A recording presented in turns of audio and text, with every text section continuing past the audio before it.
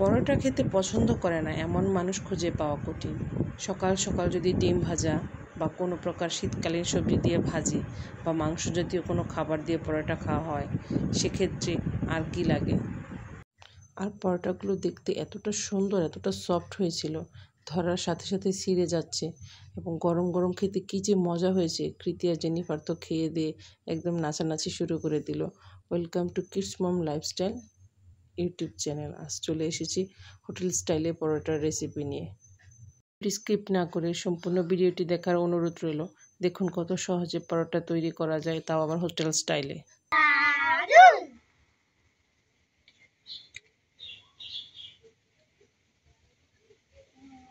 পরোটা তৈরি করার জন্য আমি একটা ছোট বোল নিয়েছি এবং ছোট বোলে অর্ধেকের চেয়ে বেশি পরিমাণ আমি ময়দা নিয়েছি। এরপর নিয়েছি স্বাদ মতো লবণ। এরপর নিয়েছি আমি চিনিটা আপনারা দেওয়ার অবশ্যই চেষ্টা করবেন, কারণ চিনি দেওয়ার ফলে এটা একদম ক্রিসপি হবে এবং খেতে একটু নোনতা এবং মিষ্টি একটা ভাব হবে। হোটেলে সবসময় পরোটার ক্ষেত্রে তারা চিনিটা ইউজ করে থাকে। এরপর আমি শুকনো উপকরণগুলো নাড়াচাড়া করার পরে 4 টেবিলের মতো তেল দিয়ে দিব। এখানে তেলগুলো ভালো মতো নেড়েচেড়ে ময়দার সাথে যেন মিক্স হয় সেদিকে আমাদের খেয়াল রাখতে হবে। ভালো মতো নেড়েচেড়ে মিক্স হওয়ার পর এখানে আমাকে নিতে হবে কুসুম গরম পানি। আপনারা কুসুম গরম পানি নেবেন, এতে করে ডোটা একটু নরম হবে, পরোটাগুলো নরম হবে এবং খেতে একটু ভালো লাগবে। আর সবগুলো পানি একসাথে দেওয়ার চেষ্টা করবেন না, একটু একটু করে পানি দিবেন। আর আরেকটা জিনিস বলতে ভুলে গেছি, আমি যেহেতু ভুলে গিয়েছিলাম ডিম দিতে, আপনারা অবশ্যই পানি দেওয়ার আগে এখানে ডিমটা দিবেন। পানি দেওয়ার আগে ডিম দিলে দেখা গেল আপনার পানির পরিমাণটা কম লাগবে এবং ময়দার পরিমাণটাও কম লাগবে, কিন্তু আমি ডিমটা একটু পরে দিয়েছি যেহেতু ভুলে গিয়েছিলাম। ডিমটা পরবর্তীতে দেওয়ার কারণে আমার ময়দার পরিমাণটা বেশি লেগেছিল, বাট ডোটা আমার পারফেক্ট হয়েছিল। হাতের স্পর্শে আমি অনেকটা মেখে মেখে সুন্দর করে একটা ডো তৈরি করেছিলাম। দেখেন আমার ডোটা কতটা সুন্দর হয়েছে। হাত দিয়ে এরকম ট্যাপ করলে একদম পারফেক্ট একটা ডো হয়েছে। এরপর ডোটা যাতে শুকিয়ে না যায় সেক্ষেত্রে আমি হালকা একটু তেল নিয়ে উপরে ব্রাশের মতো করে দিয়েছি, যাতে করে আমার ডোটা একদম সুন্দর থাকে এবং উপর দিক থেকে যেন না শুকিয়ে যায়। এরপর একটা পাত্র নিয়ে আমি ডোটা ঢেকে দিব 15 মিনিটের মতো। 15 মিনিটের মতো ঢেকে রাখার পর এখন আমরা ডোটা খুলে দেখব আমার ডোটা কত সুন্দর হয়েছে। এরপর হাতে আরেকটু 5 মিনিটের মতো ভালো মতো মেখে নিয়ে সুন্দর মতো মেখে নিয়ে যাতে একদম পারফেক্ট একটা পরোটা হয়। এরপর আমি লম্বালম্বিভাবে একটা ডো তৈরি করে এটা থেকে আমি লেচি কেটে সুন্দর করে লেচিগুলো যাতে না শুকিয়ে যায় সেক্ষেত্রে একটা ঢাকনা দিয়ে আমাকে সুন্দর করে ঢেকে রাখতে হবে, নাহলে শুকিয়ে যাবে। এরপর একটা করে রুটির ডো নিয়ে সুন্দর করে হাতে আরও কিছুক্ষণ মেখে রুটির আকারে তৈরি করব। রুটির আকারে তৈরি করার পর এর উপরে সামান্য একটু তেল লেপে দেব। তেলটা লেপে দিব কেন এটা আমি আপনাদের পরে বলছি।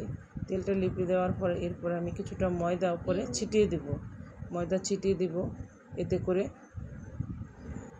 তেল আর ময়দা উপরে ছিটিয়ে দেওয়ার একটাই কারণ, আমি যখন এখানে ভাঁজ দিব তখন একটা ভাঁজ আরেকটা ভাঁজের সাথে লাগবে না। এরপর একটা ছুরির সাহায্যে সামনের অংশ কিছুটা কেটে নেব। এরপর ভিডিওতে দেখতে পাচ্ছেন উল্টো দিক ধরে একটা ভাঁজ দিতে হবে। ভাঁজটা এত সুন্দর হবে যে আপনি একটু হাতে ঘোরালেই সুন্দর মতো কোণাকৃতি হয়ে যাবে। এর কোণাকৃতি হয়ে যাওয়ার পরে সামনের খোলা অংশটুকু আপনি বন্ধ করে দিবেন। আর পিছন থেকে আরেকটা অংশ নিয়ে এভাবে আস্তে আস্তে ঘুরিয়ে একটা গোলাপ আকৃতি তৈরি হবে। এরপর আপনি হাতের সাহায্যে এটা একদম পারফেক্ট একটা ডো যাতে হয় এরকম একটা তৈরি করবেন। পিছনের অংশের সামনে এভাবে এনে একদম সুন্দর একটা পারফেক্ট ডো তৈরি করতে হবে। আপনি যতটা ডো সুন্দর করতে পারবেন আপনার রুটি ঠিক ততটাই হবে। যেহেতু ময়দা সহজে শেপ তৈরি করতে কষ্ট হয়, সেক্ষেত্রে আপনাকে সব জিনিস খেয়াল রেখে কাজগুলো করতে হবে। দেখুন আমার শেপগুলো একদম পারফেক্ট হয়েছে।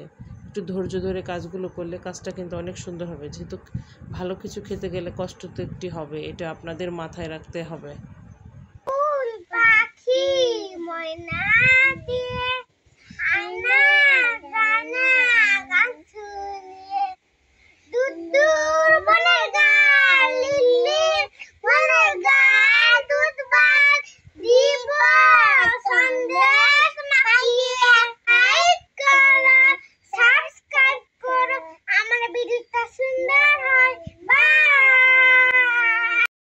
মতো খেয়াল করতে হবে। প্রথম আমি রুটি বেলে নেওয়ার পরে এরপর আমি রুটির উপরে তেল লেপে দিয়ে একটু ময়দা ছিটিয়ে এরপর ছুরির সাহায্যে কেটে তারপর কোন আকৃতি তৈরি করে এরপর ভালো মতো একটা শেপ তৈরি করে তারপর আমি কিন্তু আবার রুটি তৈরি করেছি।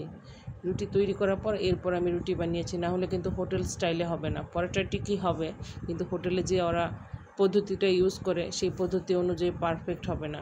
ভালো কিছু খেতে গেলে আপনাকে এভাবে ধৈর্য ধরে সুন্দর করে তৈরি করতে হবে। দেখতে পাচ্ছেন পরোটাগুলো কতটা পারফেক্ট আর কতটা সুন্দর হয়েছে। আপনি যতটা ধৈর্য সহকারে সুন্দর করে ভাজবেন, ফ্রাই প্যানটা যেন অনেক বেশি গরম না হয় আবার অনেক বেশি ঠান্ডা না হয়। অনেক বেশি ঠান্ডা হলে দেখা যায় তেলগুলো সব চুষে নেবে, আর অনেক বেশি গরম হলে খুব তাড়াতাড়ি পুড়ে যাবে। আরেকটা বিষয়, রুটি দেওয়ার সাথে সাথে তেল দিবেন না। এক পিঠ একটু হয়ে উঠলে আরেক পিঠ উল্টানোর পর তারপরে তেল দিবেন। এতে করে রুটিটা খুব তাড়াতাড়ি ফুলে যাবে এবং তেলের পরিমাণটাও কম লাগবে।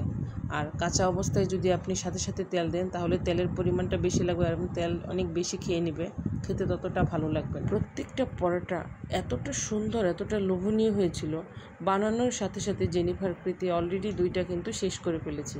বাকিগুলো আমি রেখে দিয়েছি জোর জবরদস্তি করে, যাতে আমি ভিডিওতে দেখাতে পারি, না হলে এগুলো হয়তো বা ওরা খেয়ে নিত। ঘরে বসে আমরা যদি এরকম সুস্বাদুভাবে নিজের খাবার নিজেই তৈরি করতে পারি তাহলে হয়তো বা আমাদের দোকানের অস্বাস্থ্যকর পরিবেশের খাওয়ার পরিমাণটা একটু হলেও কমবে। আপনাদের কাছে অনুরোধ রইল, বাসায় একবার হলেও ট্রাই করে দেখবেন। বিশ্বাস করেন এতটা সুন্দর হয়েছিল, হাতে মোট করলে একদম মুঠির মতো হয়ে যাচ্ছে। খুব সুন্দর, একদম যতটা সফট দেখতে ততটা খেতেও সফট হয়েছিল। একদম মুখে দিয়ে সাথে সাথে মিলিয়ে যাচ্ছে।